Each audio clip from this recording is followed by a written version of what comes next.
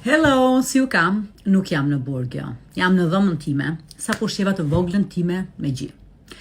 Tani, ju që më ndishni për vitesh e dini që unë nuk bie asnjëherë pre e shpifjeve, provokimeve, akuzave në rrjete sociale. Kam 15 vite në televizion dhe kjo lëkura ime është rregjur me çdo padrejtësi që më është bërë dhe ashtu me atë që më karakterizon, qetësinë, durimin edhe heshtjen, gjithmonë kam zgjedhur të mos prononcohem. Por këtë herë është ndryshe, ju e dini mi që po bëhet fjalë për fëmijët, dhe kur bëhet fjalë për fëmijët, si një nën me 3 fëmijë vet, sigurisht që më dhëmb. Dhe këtë herë vendosa të bëj një deklaratë, për të vetëm arsye se kam shumë njerëz të shqetësuar, ndjekës, familjar, që po shikojnë këto lajmet lart e poshtë që Elona do shkojë në burg. E para njëherë push letra nga gjykata. S'po e shoh gjikundi. Kështu pra të dashur miq, në shtëpinë time nuk ka ardhur asnjë shkresë zyrtare, asnjë thirrje nga gjykata.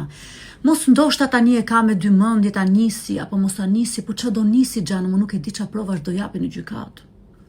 Kjo thjesht sa vërteton faktin që i gjithë ky sulm nuk është ligjor miq, është thjesht tentativë për të më prishur mua imazhin. Tani nëse kjo klinika më ka etiketuar si pseudomjeke vetëm sepse kam shpërndar informacione të përgjithshme që çdo nën e çdo prind ka akses t'i shoh kudo, a mos ndoshta edhe dikush tjetër sot po sillet si pseudo gjyqtare dhe po bën deklarata duke më akuzuar dhe duke më dënuar më saktë me 3 vite burg pasi shkelje? Dhe këtu linda e pyetja tjetër po aq e rëndësishme. Çfarë kam publikuar dhe çfarë kam thënë unë më shumë se çka thënë ky mjek vet në përdalje publike, në për intervista dhe kudo? Çfarë? Pra, unë kam dhënë thjesht informacione të përgjithshme që çdo prind ka akses t'i lexoj prej vitesh tashmë kudo në për rrjete sociale, në për internet, në për artikuj të ndryshëm. Janë informacione që vetë ky mjek i ka dhënë në intervista të ndryshme televizive, në për rrjete sociale, në për dalje në media. Janë informacione që gjenden lirisht kudo. Por nëse i them unë, jo, nuk duhet ta bëj. Nuk duhet ta bëj sepse në fakt vetë klinika ma ka komunikuar para disa vitesh që për këto informacione duhet paguash 50.000 lekë vizitën. Pra kur e thot mjeku vetë në intervistë që ju lutem mundoni të mos i jepni menjëherë shurupin e temperaturës fëmijës, është okay. Nëse unë e them që shiko mjeku më ka thënë tekstualisht të njëjtën gjë, nëse e them në Instagramin tim, jo, nuk është okay. Nuk është okay sepse nëna duhet shkojnë ta vizitojnë fëmijën atje dhe të paguajnë 50.000 lekëshin. Nuk duhet të shpërndajnë informacion falas. E kuptoni? Eri theksoj edhe një herë që çdo bashkëpunimi imi, çdo postimi imi, çdo story e imja ka qenë transparente, ka qenë aty publike, është lehtësisht e vërtetueshme se çfarë un kam rithën, çfarë un kam rishpërndar nga klinika dhe nga mjeku. Informacione që gjenden kudo. Dhe kjo tentativë për ta bllokuar këtë informacion, për ta izoluar këtë informacion, për ta bërë personale dhe individuale, është thjesht një tentativë që këtë informacion ta marrin duke paguar. Dhe me sa duket Elona i ka cënuar këtu. Ky është problemi. Dhe kjo është, më saktë, ky është realiteti ynë i hidhur në Shqipëri, kur këshilla nuk të jepet me një mesazh në telefon nga mjeku, po të kërkohet që të shkosh të nesërme në klinik për ta ndjekur rastin. Asnjë mesazh për të qetësuar një nën nuk jepet më. Por kalon nesër te klinika. Pra miq, informacioni sot, qoftë edhe një këshillë e thjeshtë dhe e përgjithshme, nuk mund të jepet më pa paguar.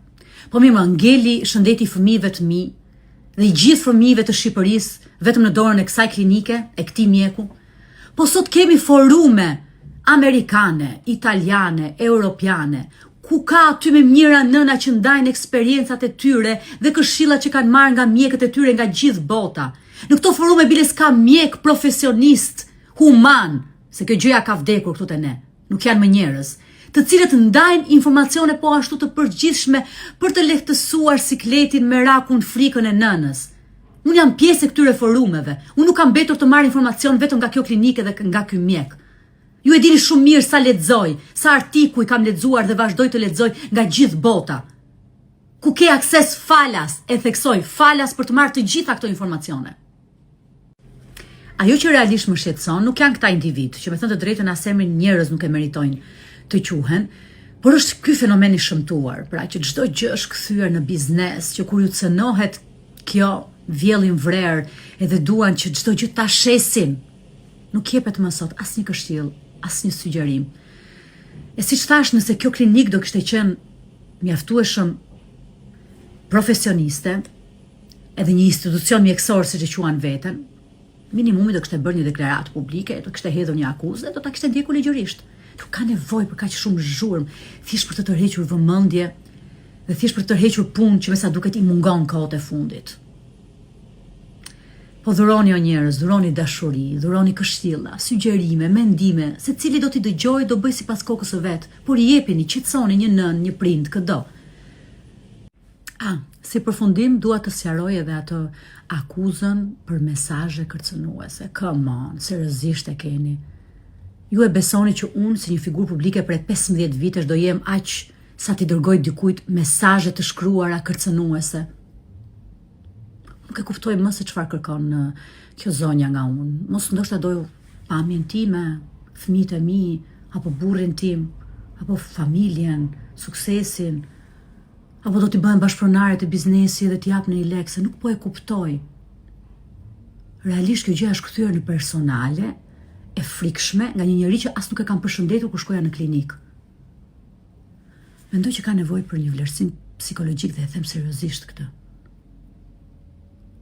Mos ndoshta kam nevojë edhe për një urdhër mbrojtje.